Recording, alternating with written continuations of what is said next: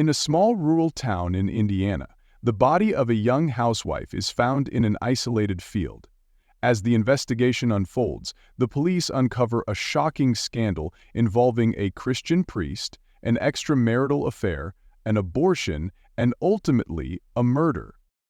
In the quiet town of St. Mary's Parish, where everyone knows each other's business, Emma Richardson lived what many would consider an ideal life: a beautiful house, two charming children, and a hard-working husband, John. Yet John's commitment to providing for his family meant long hours at the office and nights buried in paperwork.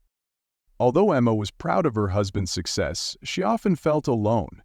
Her days were filled with chores and her nights were void of conversation. It was during one of these lonely days, after the Sunday service, that Emma first spoke to Father Michael Donovan.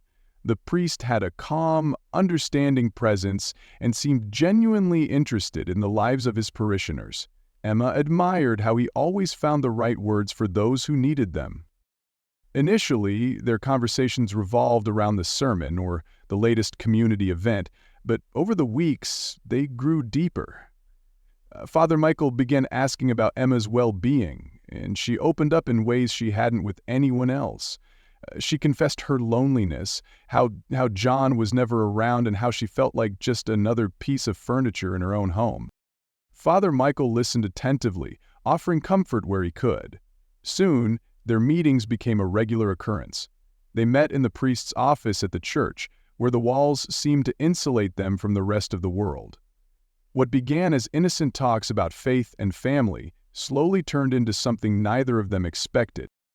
Despite his vows, Father Michael couldn't deny the growing attraction he felt for Emma, and she in turn found in him the attention and affection she longed for. Their first kiss happened on a cold December night. Emma had gone to the church after an argument with John. With tears in her eyes as she vented her frustration and loneliness, Father Michael reached out to console her. Before they knew it, their lips met. The guilt was immediate, but so was the passion. From that moment, they were bound by a secret that would ultimately destroy them both. In January, just a month after their first kiss, Emma began noticing symptoms. She was often tired, nauseous in the mornings, and her emotions were a whirlwind. She suspected what it could be, but she didn't want to face it. The idea that she could be carrying Father Michael's child filled her with both excitement and fear. One night, after putting her children to bed, she took a pregnancy test. Her hands trembled as she waited for the result, and when the two lines confirmed her suspicions, she sat on the bathroom floor in tears. What would she do? How would she explain this to John? She hadn't been with him in weeks, and there was no way the baby could be his. When Emma told Father Michael about the pregnancy, she expected him to be shocked. But she hadn't anticipated the coldness in his response. He was horrified, not by the life they had created, but by what it meant for him. He knew that if the affair were exposed, he would lose everything. His position in the church, the respect of the community, and even his soul. "You have to get rid of it," he said bluntly, his voice stripped of the warmth that had once drawn her to him. Emma was stunned. She had thought, perhaps naively, that they would find a way to make it work, that maybe this baby was a sign they were meant to be together. But Father Michael saw the baby only as a threat to his carefully built life. Father Michael was relentless. Day after day, he pressured Emma to have an abortion, reminding her of the scandal it would cause and how it would ruin both their lives. He told her they had sinned, and the only way to atone was to erase the evidence of their mistake. Emma, torn between her love for him and her own guilt, finally agreed. In mid-February, she made the call. The clinic was hours away in a city where no one would recognize her. Father Michael drove her there, both of them silent for most of the journey. When they arrived, he stayed in the car, leaving her to walk alone toward the cold clinical building. The procedure was quick, but it left Emma feeling empty, as if a part of her soul had been ripped away. After the procedure, Father Michael drove her back to St. Mary's Parish. Neither of them spoke about what had happened, but the weight of the secret crushed Emma. She felt it every time she looked at her children, every time she knelt to pray, and every time she saw Father Michael at the altar. The man who had once been her confidant and lover was now a constant reminder of her sin and the life that had ended. The days following the abortion were filled with silence between Emma and Father Michael. They barely spoke, and when they did, it was as though they were strangers. Emma couldn't shake the feeling that she had lost more than just a child. She had lost a part of herself. The guilt consumed her, growing heavier with each passing day. She couldn't sleep, she couldn't eat, and whenever she closed her eyes, she saw the face of the baby she would never meet. One night, a few weeks later, after putting the kids to bed, and while JN was still at work, Emma sat alone in the dark living room, her mind tormented. She couldn't keep the secret any longer. The burden was too heavy. She knew what she had done was wrong, and she felt that the only way to find peace was to confess. But confessing to God wasn't enough. She needed to confess to the world. The next day, she went to the church, her heart pounding in her chest. Father Michael was in his office, and when he saw her, he knew something was wrong. Emma told him that she couldn't live with the secret anymore, that she had to tell the congregation about their affair and the abortion. It was the only way, she said, to atone for their sins. Father Michael's face turned pale as he listened. He tried to reason with her, telling her that confessing would only bring more pain, not only for them but for their families and the entire community. But Emma was resolute. She had made up her mind, and nothing he said could change it. Desperation crept into Father Michael's voice as he begged her to reconsider. He told her that if she exposed them, his life as a priest would be over. He would lose everything, his job, his home, his reputation. But Emma stood firm. She had borne the guilt for too long and could no longer bear it. Seeing that she wouldn't yield, Father Michael's desperation turned to anger. He couldn't allow her to destroy everything he had worked for. That night, when Emma left the church, Father Michael followed her. He pleaded with her one last time, but when she refused again, something inside him snapped. In a moment of blind panic, he grabbed her by the neck and squeezed. Emma struggled, her eyes wide with shock, but Father Michael didn't stop until she was motionless. When it was over, he looked at Emma's lifeless body, horrified by what he had done. He had committed the gravest sin. He had taken a life. But there was no time to dwell on that now. He had to dispose of the evidence. He loaded Emma's body into his car, drove to a remote field outside of town, and left her there, hoping no one would ever find her. On the morning of March 6, 2024, a local farmer named Joe Matthews was checking his fields when he saw something unusual in the distance. As he approached, his heart skipped a beat. It was a body. A woman lay face down in the dirt. He immediately called the police, and within minutes the quiet town of St. Mary's Parish was buzzing with activity. The police arrived at the scene and quickly identified the body as Emma Richardson, a respected and well-known woman in the community. There were no obvious signs of a struggle, but the marks on her neck suggested she had been strangled. The officers began to investigate the area, looking for clues that might explain what had happened. By the night of March 8th, the police had notified John Richardson, Emma's husband. He was devastated by the news and couldn't fathom who could have done such a thing. During questioning, he revealed that Emma had been distant and troubled in the months leading up to her death, though he didn't know why. The officers took note of this, though at the time, John's grief seemed genuine and they didn't consider him a suspect. In the days that followed, the investigators delved deeper into Emma's life, searching for any clues. On March 10, they found something that caught their attention: Emma's phone records. There were numerous calls and text messages between her and Father Michael Donovan. The frequency and timing of the messages were unusual, especially given the priest's vow of celibacy. The investigators began to suspect that there was more to the relationship between Emma and Father Michael than met the eye. Determined to uncover the truth, The police obtained a warrant to search Emma's home on March 12th. During a thorough search, among her belongings, they found a diary hidden in a drawer. The diary entries were shocking. Emma had written in detail about her affair with Father Michael, describing her feelings of guilt, the abortion, and her plan to confess everything to the congregation. The discovery of the diary radically shifted the investigation. Now, the police had a clear motive and a prime suspect. They knew they needed to bring Father Michael in for questioning, but they also understood that they had to proceed carefully. The case was about to take a dramatic turn, and the community would soon learn that the man they had trusted and admired was not who they thought he was. As the investigation intensified, the detectives knew they had to handle the case delicately. St. Mary's Parish was a small, tight-knit community, and Father Michael was a respected figure. The revelation that he might be involved in Emma's death would cause a major upheaval in the town. The detectives decided to move forward cautiously, gathering all the evidence they could before taking the next step. On March 15, 2024, Father Michael Donovan was summoned to the station for questioning. He arrived calm and composed, dressed in his usual clerical attire. The detectives led him to a sterile room with a table and 2 chairs.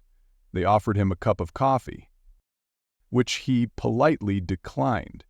The interrogation began with routine questions about his relationship with Emma Richardson. Father Michael maintained his composure, speaking softly and clearly. He claimed that his interactions with Emma had been strictly pastoral, that he was only there to provide her with spiritual guidance during difficult times. However, as the detectives pressed him with more detailed questions, his apparent calm began to falter. When they mentioned the diary, Father Michael's face paled. He tried to dismiss it, saying that Emma was troubled and might have written things that weren't true. But the detectives weren't swayed. They showed him the phone records, which revealed the frequency of communication between him and Emma, especially in the weeks leading up to her death. Father Michael's agitation increased. He shifted nervously in his seat, his hands trembling slightly as he continued to maintain his innocence. He denied having an inappropriate relationship with Emma, but the evidence against him was mounting. The detectives knew they were closing in on him, but they needed more proof to seal the case. 3 days later, on March 18, 2024, the investigation took a decisive turn. One of the detectives, reviewing hours of CCTV footage from nearby businesses, found something significant. A gas station located a few miles from the field where Emma's body was found had captured footage of a car driving past on the night of the murder. The car matched the make and model of Father Michael's vehicle, and the timing aligned with when Emma was killed. The detectives knew they had found the missing piece. They tracked down the gas station attendant who had been working that night and interviewed him. The attendant remembered seeing the car and noted that it was unusual for someone to be driving in that area so late at night. Armed with this new evidence, the detectives felt confident enough to bring Father Michael in again. On March 20th, 2024, the detectives made their move. They arrived at the parish early in the morning, where Father Michael was preparing for the day's service. He was visibly shaken to see the officers at his door. They informed him that they had new evidence and asked him to accompany them to the station. This time, it wasn't a friendly invitation. They were there to arrest him. At the station, the detectives presented the evidence, the diary, the phone records, and now the CCTV footage. Father Michael's hands trembled as he tried to maintain his denial, but the weight of the evidence was overwhelming. The detectives watched as the reality of his situation set in. His voice broke as he continued to deny everything, but it was clear he was cornered. The detectives didn't need a confession at that point. They had enough to charge him. They informed Father Michael that he was under arrest for the murder of Emma Richardson. As they read him his rights, the once respected priest slumped in his chair, his world crumbling around him.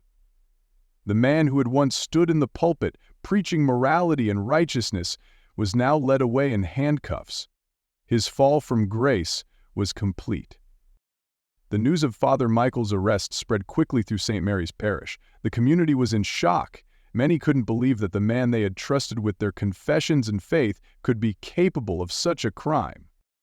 As Father Michael was taken into custody, the quiet town prepared for the trial that would soon follow, knowing that the truth would come to light in the courtroom. Father Michael Donovan's trial began on a cold, gray morning in late September. The courtroom was filled with people from St. Mary's Parish, eager to hear the details of the scandal that had rocked their community. The prosecution was led by District Attorney Susan Wright, a sharp, determined woman known for her relentless pursuit of justice. On the other side of the courtroom sat Father Michael. His once proud figure now slouched in the defendant's chair, his gaze lowered. As the trial opened, D.A. Wright wasted no time in laying out the case against Father Michael. She spoke with conviction, her voice resonating in the silent courtroom. She began by presenting the diary entries written by Emma Richardson. Each page was filled with raw emotions: her love for Father Michael, her guilt over the affair, and her deep remorse over the abortion. The jury listened intently as D.A. Wright read aloud Emma's words, painting a portrait of a woman led down a dark path by the man she trusted. Next, D.A. Wright presented the text messages and call logs showing Emma's repeated attempts to contact Father Michael in the days leading up to her death.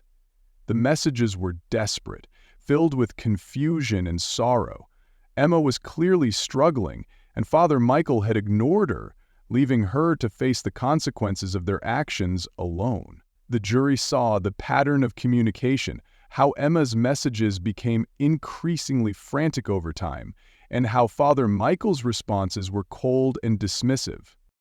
But the most damning piece of evidence was the CCTV footage from the gas station. The grainy image showed Father Michael's car heading toward the field where Emma's body was later found. It was late at night, the road deserted, and the timing perfectly aligned with when Emma was killed. The prosecution also presented forensic evidence. Small fibers found on Emma's clothing matched the interior of Father Michael's car, and there were traces of soil on his shoes that matched the field where her body was discovered. As the prosecution's case unfolded, Father Michael's defense team, led by an experienced lawyer named Richard Green, prepared to counter.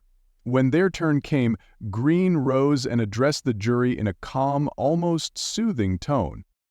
He began weaving a narrative of a man pushed to his limits.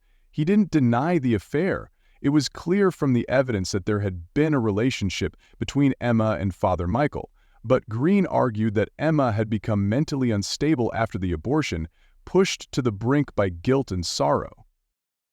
Green claimed that on the night of her death, Emma had confronted Father Michael, accusing him of ruining her life and threatening to expose him. He argued that Emma had become violent and that, in the heat of the moment, Father Michael had acted in self-defense. It was a tragic accident, Green said, not premeditated murder. The defense called a few witnesses, parishioners who had seen Emma distressed in the weeks before her death, attempting to portray her as a woman on the verge of a breakdown. The trial dragged on for weeks, with each side fiercely defending their version of events. The tension in the courtroom was palpable. Every new piece of evidence added suspense, and the jury watched intently, weighing the arguments, aware that their decision would forever change lives. Finally, after days of deliberation, the jury returned with their verdict. The courtroom fell silent as the jury foreman stood, his voice steady but somber. We, the jury, find the defendant, Father Michael Donovan, guilty of first-degree murder. A collective sigh echoed through the room. Father Michael's face went pale, and he closed his eyes as the reality of his fate sank in. The once respected priest was now a convicted murderer, destined to spend the rest of his life behind bars. His fall from grace was complete. As the sentence of life imprisonment without the possibility of parole was pronounced, the weight of the verdict settled over the room. The people of St. Mary's Parish, who once looked up to Father Michael as a moral guide, now saw him for who he had become. The trial had revealed the darkest secrets of their community, and the truth, once uncovered, could never be ignored. As Father Michael was led away in handcuffs, the courtroom slowly emptied. The story of Emma Richardson and Father Michael Donovan would be told for years, a tale of love, betrayal, and the ultimate price of sin. The people of St. Mary's Parish returned to their lives, forever changed by the events that had unfolded in their town. The trial was over, but the memory of what had happened would remain, casting a shadow over the town that would never fully fade away. Interested in more true crime mysteries? Be sure to like and subscribe to our channel. What sentence would you have given? Leave me a comment and I'll read it.